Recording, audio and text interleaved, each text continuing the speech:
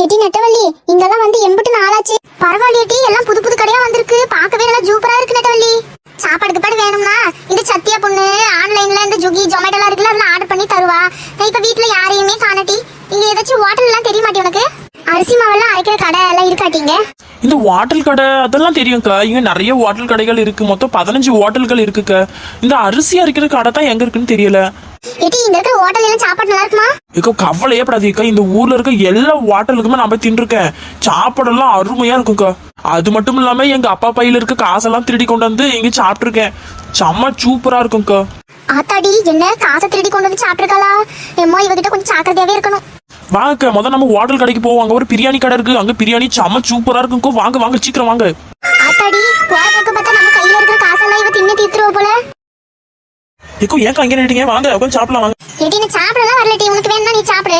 என் வீட்டுல வேற கேஸ் அடுப்பு ரிப்பேரா கிடக்குல, நைட்டுக்கு சமைக்க முடியாது. அதான் சாப்பாடு வாங்கிட்டு போலான்னு வந்தேன். ஒரு நாளைக்கு ஓசில பிரியாணி வாங்கி திங்கலான்னு பார்த்தேன். முடியாது போலயே. விடக்கூடாது.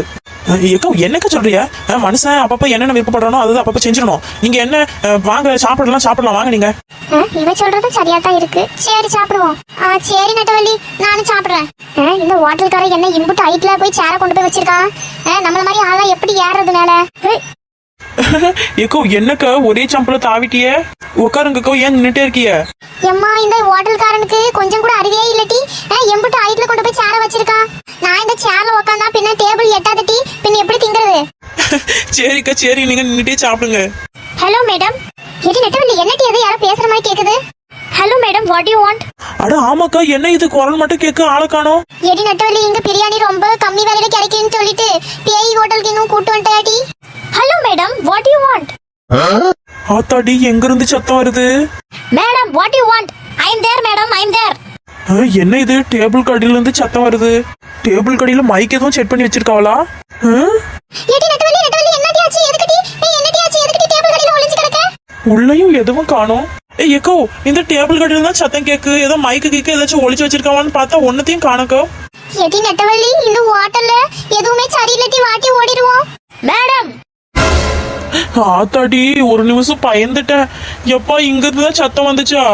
மேடம், உங்களுக்கு என்ன வேணும்? What you want madam? எப்பா, இவ்வளவு சின்ன பையனா இருக்கியே, எவருப்பா உன்னை கடையில சேர்த்தது?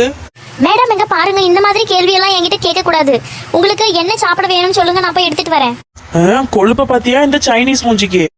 2 பிளேட் பிரியாணி கொண்டு வாப்போ. Okay madam. சரி நெட்டவள்ளி, யார்டியா? ஒண்ணுக்கோ நமக்கு சாப்பிட என்ன வேணும்னு கேட்டான், சொல்லி விட்டேங்கோ. ஏடி, எனக்கு 2 செட்டு பூரி பிரியாணி வேணும் டி. மேடம், இந்தாங்க உங்க ஆர்டர்.